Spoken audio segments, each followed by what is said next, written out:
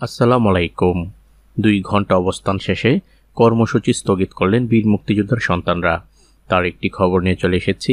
তবে আপনি যদি যুদ্ধের জীবন চ্যানেলে নতুন হয়ে থাকেন, চ্যানেলটা অবশ্যই সাবস্ক্রাইব করবেন, পাশেই থাকবেন। সরকারি চাকরিতে মুক্তিযোদ্ধা কোটা বহাল রাখার দাবিসহ 2 দফা দাবিতে রাজধানীর শাহবাগে জাতীয় জাদুঘরের সামনে অবস্থান কর্মসূচি পালন করেছে মুক্তিযুদ্ধ মঞ্চ, মুক্তিযুদ্ধ সংসদ সন্তান কমান্ডো সহ কোটার পক্ষের বেশ কয়েকটি সংগঠন।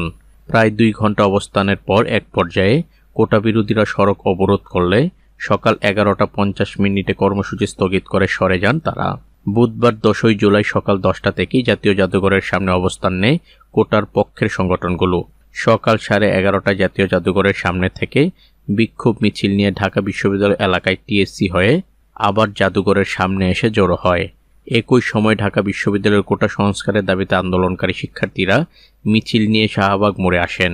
এ সময় অনাকাঙ্ক্ষিত পরিস্থিতি এড়াতে নীলক্ষেত পুলিশ ফাঁড়ির অফিসার ইনচার্জ আল আমিনের নেতৃত্বে আইনশৃঙ্খলা বাহিনী জাদুঘরের সামনে অবস্থান নেওয়া কোটা বিরোধীদের জাদুঘরের সামনে থেকে শাহবাগ মোড়ের দিকে পাঠিয়ে দেয়। এদিকে জাদুঘরের সামনে মুক্তিযোদ্ধা সন্তানদের বিক্ষোভ সমাবেশ থেকে বলা হয়, আমরা আইনি প্রক্রিয়ায় লড়াই করে আমাদের অধিকার আদায় করেছি। তারাও যদি আইনি প্রক্রিয়ায় লড়াই করে তাদের পক্ষে রায় পায় তাহলে আমাদের আর কোনো কথা নেই। আর যদি তারা জনমত তৈরি করে আদালতের রায়কে প্রভাবিত করতে চায় তাহলে আমরাও লাগাতার কর্মসূচি পালন করব। আমরা আদালতের প্রতি শ্রদ্ধা জানিয়ে আমাদের আন্দোলন আপাতত স্থগিত করছি। তো আজ এ পর্যন্তই। দেখা হবে অন্য এক নতুন ভিডিওতে। ততক্ষণ পর্যন্ত সবাই ভালো থাকবেন, সুস্থ থাকবেন। আল্লাহ হাফেজ।